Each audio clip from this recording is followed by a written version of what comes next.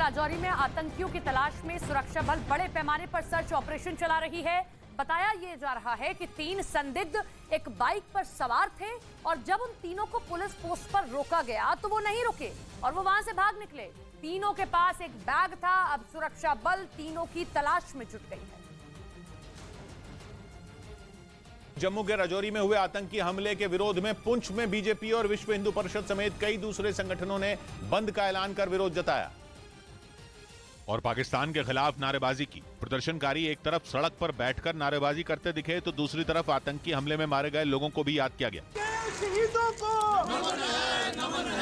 पुंछ में सभी दुकान और दफ्तर बंद रहे। जम्मू पुंछ हाईवे को भी बंद रखा गया। राजौरी में इसी हफ्ते हुए 2 आतंकी हमलों में 6 लोगों की मौत हो गई।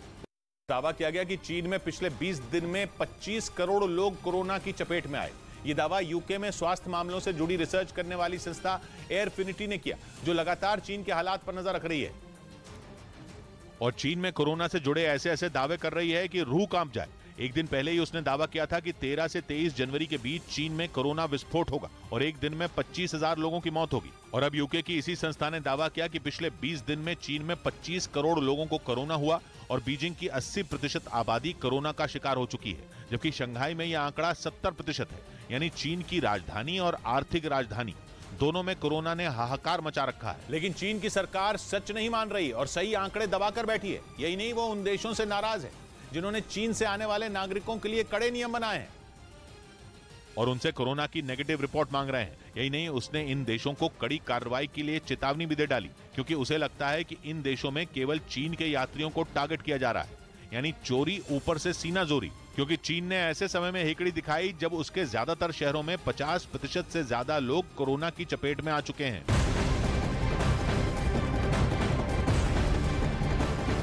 बांदा में सड़क हादसे में महिला की मौत के बाद हंगामा बढ़ गया है। महिला बांदा में ही कृषि विश्वविद्यालय में क्लर्क के पद पर तैनात थी। हादसे के बाद नाराज लोगों ने सड़क पर जाम लगाकर प्रदर्शन किया है। कई गाड़ियों में तोड़फोड़ भी की गई है। इसके बाद नारेबाजी करते हुए सड़क पर बैठ गए लोग। मौके पर पहुंची पुलिस ने हालात को काबू में करने की कोशिश की है। काफी समझाने के बाद हंगामा शांत हुआ है। इनकी टक्कर एक ट्रक डंपर से हो गई और इनकी स्कूटी ट्रक के नीचे आ गई। खिसकने से घर्षण के कारण जो है फ्रिक्शन के कारण उसमें आग लग गई। इस सूचना पर तत्काल सभी अधिकारी मौके पर पहुंच गए। आसपास के थानों की फोर्स बुला ली गई। तुरंत आग को काबू पा लिया गया।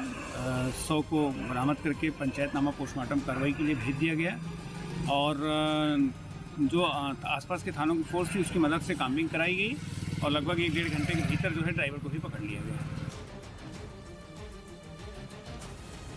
खबर पंजाब से, जहां एक बार फिर गैंग वॉर में हत्या का मामला सामने आया है, जहां लुधियाना में एक आदमी को गोली मार दी।